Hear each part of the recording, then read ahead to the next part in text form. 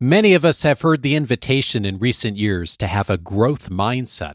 But how do you establish this for an entire team? In this episode, how to embrace both the performance and learning zones to help a team perform at the highest levels. This is Coaching for Leaders, episode 644. Produced by Innovate Learning, maximizing human potential. Greetings to you from Orange County, California. This is Coaching for Leaders, and I'm your host, Dave Stachowiak. Leaders aren't born, they're made. And this weekly show helps you discover leadership wisdom through insightful conversations.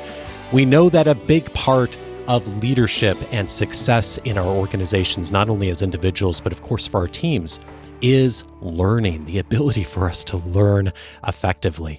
And we've talked a lot on the show over the years on how we learn individually well, how we support the learning of others. We haven't talked as much of how do we create an environment of learning for a team, and how do we embrace growth mindset. So many of us have heard that term popularized by Carol Dweck, and yet it's a challenge to be able to do that in practice. Today, I'm so glad to welcome an expert who's going to help us to take some practical steps on how we can lead our organizations to learn more effectively. I'm so pleased to welcome Eduardo Briceño. He is a global keynote speaker and facilitator who guides many of the world's leading companies in developing cultures of learning and high performance.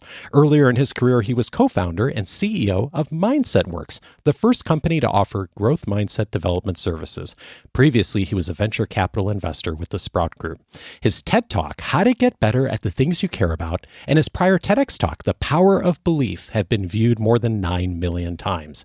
He is a Pahara-Aspen Fellow, a member of the Aspen Institute's Global Leadership Network, and an inductee in the Happiness Hall of Fame. He is the author of The Performance Paradox, Turning the Power of Mindset into Action. Eduardo, what a pleasure to have you with us. Thank you, Dave, for having me here. It's a pleasure to be here.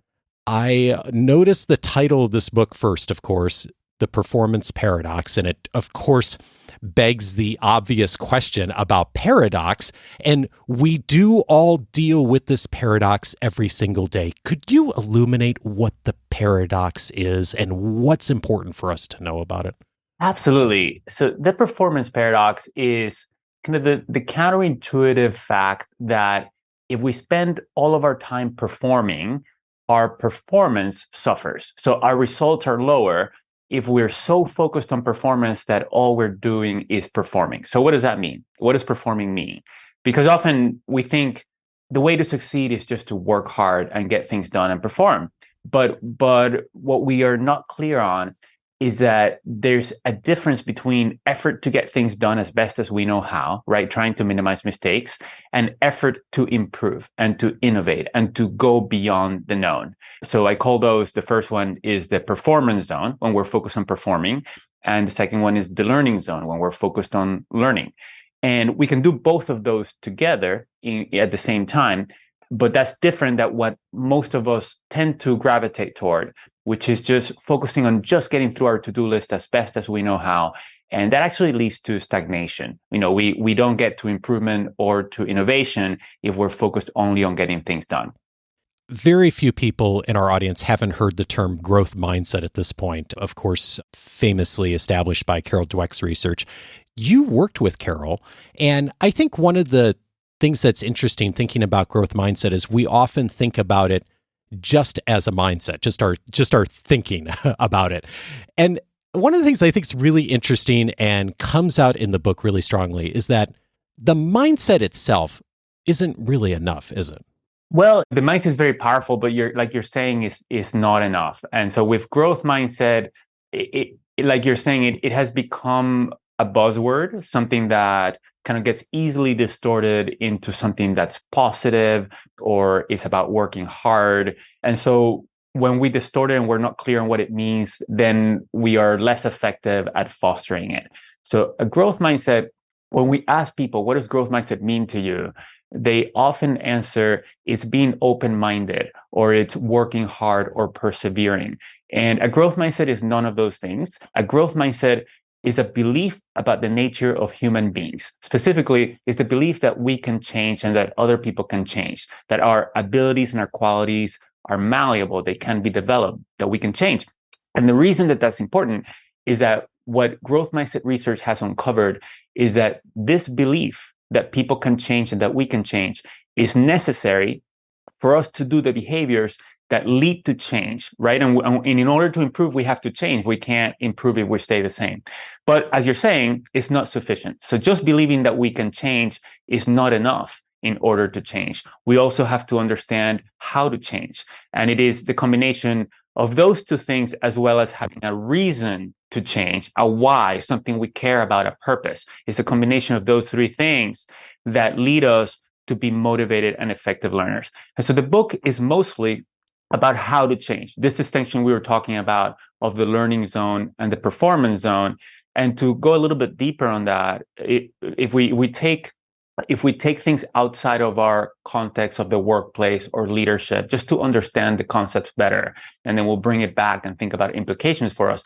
But if we think about, for example, sports, if you're playing an important championship match and you're having trouble with a particular move, you're going to avoid that move during the match because you want to win. That's all you care about, is winning that game so you can progress to the next level. Right. But then after the match, you're going to go to your coach and say, Coach, I have to work on this particular move. Exactly what you avoided during the game, right? Because in the game, we're in our performance zone.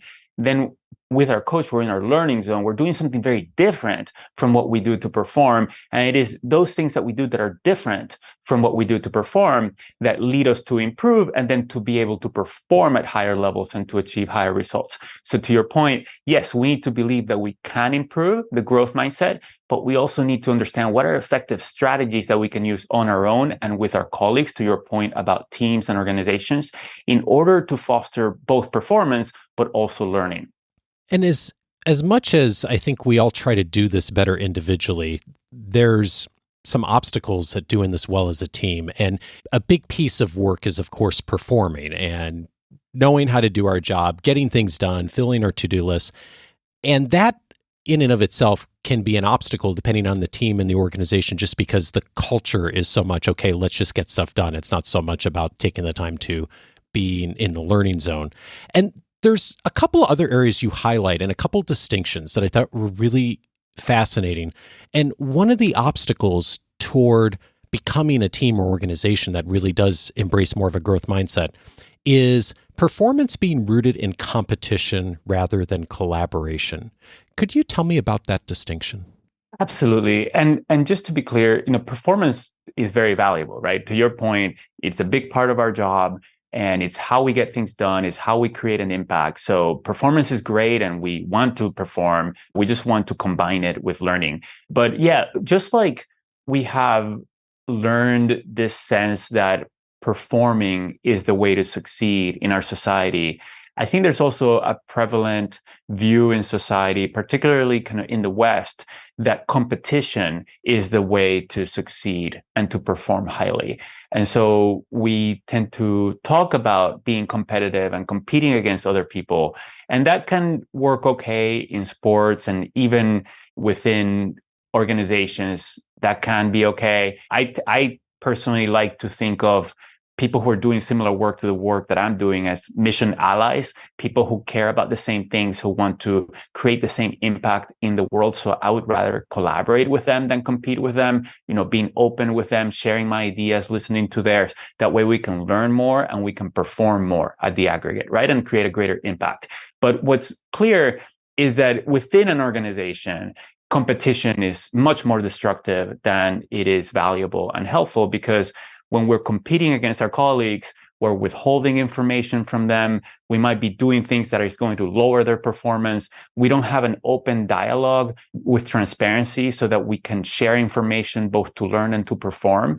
And so if we think that the way to succeed is competition, I think that's worth thinking about and reflecting about and thinking about whether that might be getting in the way of our goals, which is to grow more and to have greater impact. Yeah, indeed. And the part of the book that I really zeroed in on of how do you start to think about this, not just as an individual, but how do you start to create systems that really lead an organization to be more likely to do this, a team or an organization at a broader scale. And you highlight a few examples, and I thought it may be really fun for us all to learn, like, what does this actually look like? Even if our mindset's in the right place, like in practice, what does that actually look like with a team? And one of the organizations you highlight in the book is Clear Choice, and they've made some interesting decisions on how to do this. And I'm wondering if you could walk us through just how they've approached getting people into the learning zone in some really intentional ways. Yeah, I love Clear Choice, and I talk about other organizations that I love in the book. But when I first worked with Clear Choice, the first thing that struck me was the following. So they do implants for people when their teeth are damaged, and the incorrect bias that I had, the negative stereotype that I had about what they do coming in before having interacted with them, was that I thought their work was just about aesthetics, about helping people look better. And I had no problem with that, but it didn't feel to me as meaningful as some of the other companies that I work with. Now, when I went in there and I went to their professional development day and I heard kind of their CEO and the other executives talk about the work they do, I was so inspired, and I realized how wrong I was, because a lot of the patients that they serve, they have a lot of real big issues that happen from having teeth that either don't look or don't function the way that is healthy. They don't smile, for example. They tend not to smile because they're embarrassed about their teeth. So that affects their emotions, that affects their relationships with other people. In many cases, it prevents them from eating kind of nutritious foods. So it really affects their lives and their health in deep ways. And when patients work with them and actually fix their teeth and have a smile that they can be proud of, it really changes their life. It changes their emotions. So that was the first thing that I realized about how wrong I was and how purposeful. And that is something that they do very intentionally, is they point out the impact of their work and why their work is important, which is part of what we're talking about, right? Because we need a purpose, we need energy. If we're going to put effort, whether in the learning zone, the performance zone, we need a reason to do that. And they're very intentional about identifying what that reason is and communicating it to their staff. They also are very intentional about communicating kind of what are those structures and those habits and systems that they use in order to improve. And so when an employee joins the company, they first go in a scavenger hunt where they have to go through, it's kind of like a game, but they have to go and sit in on visits with patients that different people at the company do, and ask certain questions, answer certain questions that they have in their scavenger hunt. They actually give feedback to the person they observed, even as a newbie, of some of the things that they noticed, so that with fresh eyes, the people who are already there can learn from those people just coming in. And then once they've done kind of a scavenger hunt in the location where they're going to be working, they fly to Denver, which is their headquarters, and they go to a whole facility where they unpack what they all learned together. They have simulation rooms where they do role playing. So they use video in different ways, and video is one thing that they just use in such interesting ways. So one way that they use it is during that time, they watch videos of very skilled performers at the company, and they talk about what those skilled performers do, but they also point out what those very skilled expert performers could do better. So that sends the message, hey, here's a model of excellence, but by the way, everybody here can continue to improve, and that's what we do here. The second thing they do there is they then role play. They engage in a situation where they are trying those frameworks and those skills that they learned about. They watch themselves in video in a group and they discuss that video. And then the third way that they use videos is for patients who who agree to this, they videotape the actual interactions with patients on a daily basis. And then each person is working on a particular skill at each patient interaction. And then in between the sessions, in between the consults with patients, they can easily go to that part of the conversation that they were practicing. They can observe themselves and see how they did and see how they want to iterate and how they want to do things differently the next time. And so they have stand-up meetings every morning where they're sharing this information, they're sharing what they're learning. They have games that they play with each other. They have kind of resources to learn and how to kind of mentor and support other people. They have all kinds of systems to learn as they do their job. And as a result of that, they have over a 50% market share in what they do. So to your point, sometimes we think that all this time and learning and this effort in learning is going to detract from performance. But like you said, it actually, the companies that perform the best and the people who perform the best, they have figured out ways to embed learning systems into performance systems. So they're continuing to improve over time as they get things done. It's really a fascinating example of how culturally so much of the learning zone is espoused and valued. And of course, the actions are there consistently. And one of the things I heard you just say a moment ago is that even from the very first interactions, like there's expectation of giving feedback, of doing role plays. And it got me thinking back to an early role I had in the first professional job I had. The organization had a culture of doing role plays, and everyone did them. And even though it was sometimes uncomfortable to have people watching you and observing you and doing kind of like a pretend interaction, it was really fascinating how quickly you would learn from that. Like in a matter of weeks, you would get really better at interacting with customers and in sales situations because everyone did it. It was like not a question. It's like, of course we're going to role play. Of course we're going to spend time in the learning zone every day. And I just assumed, Eduardo, that was common in every organization. And I realized later, I'm like, oh, wow, that's actually the exception of establishing that culture. But establishing that culture from the very beginning, it just makes such a huge difference, doesn't it? Yes. And that's so cool that you had that experience. And to your point, learning can be uncomfortable, right? Because we need to go outside of our comfort zone and outside of the things we have mastered. But at the same time, we can become more comfortable with those learning structures and habits. So I don't know whether this was the case for you, where you became more comfortable with role playing over time, but whether it is soliciting feedback or receiving feedback or talking about mistakes or sharing our ideas with our peers, that can be most uncomfortable when we're not used to doing it, when we're doing it for the first time. But then the more we do it, the more comfortable we become at it. And I think, speaking of comfort, there's some things that ClearChoice does that are, I think, really smart on this. And you talk about this in the book of like, this is all permission-based, that there's rules about they're using videos and the feedback for development, not for evaluation. So there's a whole framework around that. And I think interesting too is you highlight a couple of things that they do really well, is that they have a successful model. So they're showing, here's a really good way to do this, and people are still giving feedback, but there's a model that folks are able to follow. And then there's the opportunity to practice. So the role plays and the practice together, in a way they've systematized creating learning zones within the organization. They're not just leaving it up to chance. This is actually part of what we do. It's part of our process. It's part of our everyday.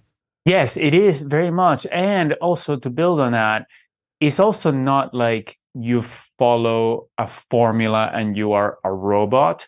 They also teach people that virtuosos improvise. Like Picasso said, as a professional, you learn the rules, and as an artist, you break the rules, right? So if you're the best in the world at something, not only do you know the rules cold, but you also can go even beyond that and add some creativity and improvisation and personalization so that you can delight the people that you're with, right? And so to your earlier point, the learning works best when it's driven by the learner, when the learner is interested, and when the learner is figuring out what works best for her, right? And so to the videos, for example, they can share their videos of their performance with patients, with colleagues for feedback, but it is their choice whether they share and solicit feedback. And those videos, like you mentioned, they can't be used for evaluative purposes, but only for learning purposes. Because if you start using them for evaluation, then people are just like showing what they're good at rather than showing what they're not good at, trying to solicit feedback. Yeah. But it is driven by the learner. And then each of us as a learner and as a performer, we need to create our own harmony that works best for us in terms of our strategies, our habits, our systems. But of course, as an organization, we can make that easy. We can make learning the easy default for people to engage in because the systems and habits are there for people to tap. You highlight New York Life as well. They have a really fascinating practice of speaking of systems, study groups inside the organization. What did those look like? Yeah, so this is also an organization that similarly, when I first started working with them, I was struck by their sense of purpose and how much they talked about it. Their mission is to provide financial security and peace of mind. And they really talk about that. Their leaders talk about it. They talk about it in peer conversations. And one of the things that they encourage people to do is not required, it's just something that is encouraged, is for people to form relatively informal study groups, and they can really shape them however they want. And so people can search for either existing study groups that they help people find, or they can create their own study groups, and they can meet however frequently they want, whether it's in person or virtually. So a typical study group might be 10 people who meet once a month, and they're peers, and they might have certain structures or not, but they are there to share with each other, to ask questions, right? To ask for resources, share something they're grappling with, and get other people's perspectives. And it turns out that the more that people choose to be in study groups, the higher their performance. So for the highest performing agents in New York Life, about 58% of them choose to engage in study groups. And I've spoken and worked with a bunch of them. And so the ones that don't engage in study groups, they tend to have other forms of the learning zone. They might be in a rural area without being close to peers, or they might just feel like they like to read or watch videos or do other things. So, but that's as opposed to the people who are the lowest performers in terms of their size of the portfolio and their sales. They engage in study groups, only about 7% of them do. And then they have different tiers in between the two, and you can see a very clear trend, right? That the more people choose to engage in the learning zone, the higher their performance. And we see that in New York Life. We see that also in Clear Choice. The more that people go to their videos and use their videos, the higher their performance. And it's also true that when people struggle, or when they make mistakes, or when they're having a bad week or month, the highest performers go back to their learning zone. They use struggle as a cue to engage in the learning zone. And the system supports that, right? And it's my favorite chart in the book by far, is the New York Life agents and their performance correlated with whether they're part of a study group or not. And it is like so interesting and fascinating, like how much of a correlation there is between those, and just that having that framework, that system to find a way to be able to collaborate and learn from others. And like you said, have real intentional time in the learning zone. It's key for that. It is fascinating because we do tend to think, when I ask people in my sessions, what makes it challenging to engage in the learning zone? The two biggest things that come up are, one is fear, right? Fear of how I'm going to be perceived. So that's a culture that is a know-it-all culture rather than a learning culture, where the people who are admired and have higher status are people who know, rather than people who are trying to know even more, right? To learn more and to get better. And the second one is time. I have so much to do. I don't have time for the learning zone. And so we have the impression that the learning zone is going to detract from performance. And that, again, goes back to what we talked about the present bias. We're just so focused on our current results that we don't realize that the learning zone is an investment in results in the medium term and the longer term. And again, and that chart is an example, we see that the people who figure out how to create those systems and habits to engage in the learning zone on a regular basis, they achieve higher performance, not only in their work, but also in their life. Yeah, indeed. And speaking of systems, we can't ignore the challenge of performance management in this as well, too, because I think sometimes organizations do a lot of the things we've talked about, or at least espouse it, and then they send a really different message when it comes to the actual performance management. And you have a few invitations for teams and organizations on thinking about this. And one of them is to, and I'm quoting you, get rid of forced rankings where employees are graded based on their relative performance against one another. And I think about that, and that comes back to the competition versus collaboration, doesn't it?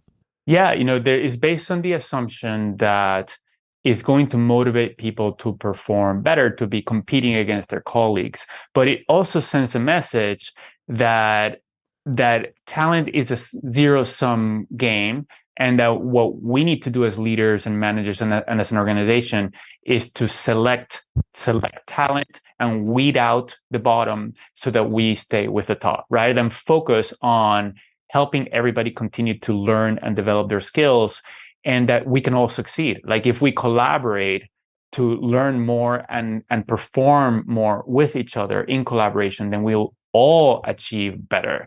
And so, yeah, that forced ranking of comparing people against each other, rather than the alternative would be to help people assess how well they're doing against a rubric or against some standards in terms of how well they're doing their job, without the assumption that if some people do well, other people can't do as well, right? Like, how are we objectively doing in terms of our skills relative to how well we want to be doing those skills? In a lot of organizations, there's a intention and a follow through on setting performance goals, of course, in employees' development. And we may or may not espouse learning, but we don't often set it as a goal. And one of the other invitations you make is, yes, set the performance goals, also set learning goals for individuals inside the organization as part of the performance management process. What's an example of what a learning goal would sound like? Well, it would be something that a person wants to get better at, right? So if it's a leader, it might be how the leader wants to facilitate meetings, or how the leader wants to coach other people to facilitate meetings, or how the leader wants to engage in difficult conversations. It is a skill that you want to improve at. So you think about, for the next quarter, say, or the next year, however long the cadence is, what do I want to focus on improving, and how am I going to go about doing that, right? Do I have a mentor or a peer that I'm going to be engaging in? Like, for example, I have a friend who, when she goes into meetings, she has a feedback ally who is in that meeting. He's a participant in the meeting, but then is observing what could I offer, right, in terms of an observation of something that she did well or could do better maybe, and then have a quick conversation afterwards about those observations. That's a system and a structure that is intentional, and the person is looking for specifically what she wants to improve on, which makes the feedback so much more useful. And it makes it much easier for the person to give because she's soliciting the feedback, and it makes it much easier for her to hear it because she initiated kind of the feedback. So that's an example of being intentional around a learning goal and creating a structure around it. So when it comes to performance management, yes, thinking about what are our performance goals and how well did we do against those, and that's important, but also making sure that there are structures for people to identify their learning goals and to identify how they're going about those learning goals, to reflect on the prior period. Okay, this is what I said I was going to get better at. This is how I went about it. How well did that go for me? Do I want to make any changes going forward? And then whether within that performance management system or outside of it, are there kind of rituals, habits, structures, templates for people to have ideally regular, frequent conversations that can be quick that are going to support learning for everybody. It's interesting how most organizations don't really spend the time to do that. And what gets measured is ultimately what gets managed towards, right? And so I think what a great first step for almost anybody in our listening audience if you're not already doing this. And you don't need the larger organization. either. I mean, ideally, yes, if the larger organization is doing this, great. But it can also be, hey, on my team, I'm making a decision to let's start setting also the learning goals, not just performance goals. And then you have something to work toward, and that intention's huge. And all this comes back to a question you ask in the book, which is a key question for managers. How can I inspire my team to embrace both of the zones, performance and learning? And it's going to be different in every organization, but I think like just asking that question, organizations generally are doing an okay job of like thinking about the performance piece, but how can you inspire the learning piece too? And creating a bit of framework around that is huge. Yes, I agree. And I encourage people to think about engaging in a conversation, right? Exposing your colleagues to this idea. Like I have an 11-minute TED Talk that you mentioned in your intro about the learning zone and the performance zone. You could have people watch that and then just have a conversation. What do people think about this? How are we doing in terms of engaging in the learning zone and the performance zone? And do we want to do more of that? And what might be challenges? What do we focus on first? And having a conversation about it, hearing, and what we find consistently is that people gravitate toward. They say, yes, I want more of this in my life and in my work, rather than kind of dictating it top down, just engaging in a conversation and then together, collaboratively, figuring out what do we want to do and how do we want to continue to evolve our culture, our habits, our systems. All right, we're going to link up the TED Talk in the episode notes. So for folks who want to have a place to start, that's a great starting point. And I also want to recommend the book. There is so much we're sidestepping in this conversation, Eduardo. It's hard to like even think about this in the context of we could do 7 or 8 episodes just on the book, because there's so many things that you invite us to do on dismissing some of the common myths a lot of us have about learning and how we can get better, not only for ourselves, but for our organizations and have more of a global impact. So if this conversation was helpful to you, I hope that you'll check out the book. Eduardo Briceño is the author of The Performance Paradox, Turning the Power of Mindset into Action. Eduardo, thank you so much for your work. Great to be here. Thank you, Dave.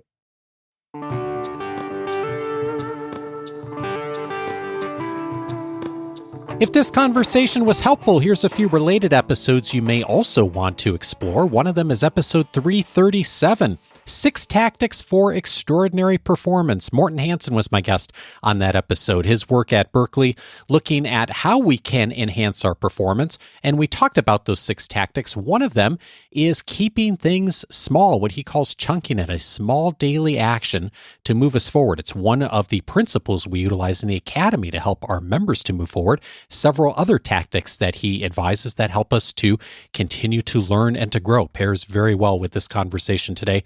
Episode 337 for that. Another important contribution is, of course, the work of Amy Edmondson. She was on episode 404, How to Build Psychological Safety. Of course, a team that has psychological safety and has a leader who cares about it and is helping create psychological safety is a team that is much more likely to embrace growth mindset. Her work and her thinking featured in that conversation, episode 404 for that. And finally, I'm thinking about episode 569, The Way to Make Struggles More Productive. Sarah Stein Greenberg was my guest on that episode. Her work at Stanford and the D School, looking at how we can actually utilize struggles to help us learn, a part of growth mindset, of course. And also, I'm thinking about her work because there are so many wonderful exercises that she has in her book that are helpful for teams who are wanting to establish psychological safety, to establish a framework for a growth mindset. So many places to go in her resources. Episode 569 for that. All of those episodes, of course, you can find on the coachingforleaders.com website. I'm inviting you today to set up your free membership at coachingforleaders.com. When you do, you're going to be able to search the entire catalog of episodes by topic. One of those topic areas is talent development. That's where this episode's going to be filed under many conversations, including a few of them that I just mentioned that we've aired over the years in order to explore more. It's one of the benefits inside a free membership. Another one is access to my library. When you're logged in on the free membership, you can just select Dave's library library, and you're going to find a place there where you can search for all of the past articles, topics, resources I've passed along in the weekly guides over the years, other episodes from other podcasts, articles from Harvard Business Review, Wall Street Journal, New York Times, so many of the resources out there that many of us turn to when we're looking for ideas from the experts. I've cataloged all those for you, thousands of entries in there over the years. They're there for you to access for free. Just set up your free membership at coachingforleaders.com, and you'll be off and running in Dave's library, along with many other resources inside of the free membership. And if you've been a free member for a bit, I'm inviting you to learn a little bit more about Coaching for Leaders Plus. It's an opportunity for you to go even further than you can go in the free membership. And one of the benefits inside Coaching for Leaders Plus is access to the recordings of the monthly expert chats. Each month, I'm making an invitation to a past guest to sit down with our members and to have a conversation about their work. Most recently, we had Daphne Jones, who was featured earlier this year, talking with us on how to get noticed by key stakeholders. Several of our members and folks from our community submitted questions. We talked with her. That recording is available inside of Coaching for Leaders Plus, as it is each month, in addition to all the past recordings. Just one of the many benefits of Coaching for Leaders Plus. You can find out more at coachingforleaders.plus. Coaching for Leaders is edited by Andrew Kroger. Production support is provided by Sierra Smith. This coming Monday, I'm welcoming back Jacqueline Farrington to the show. She's returning to the podcast to discuss how to rehearse before a big presentation. Join me for that conversation with Jacqueline next week, and I hope you have a great week. Take care.